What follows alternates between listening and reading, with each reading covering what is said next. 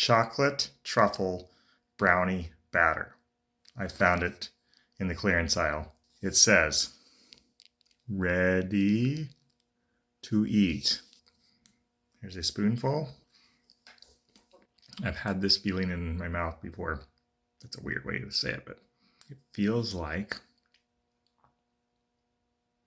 I don't know.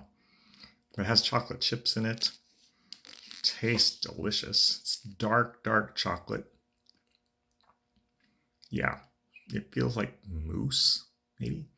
Like hard-ish mousse. I don't know. It's good. I'm gonna give this like a 4.3. Mousse.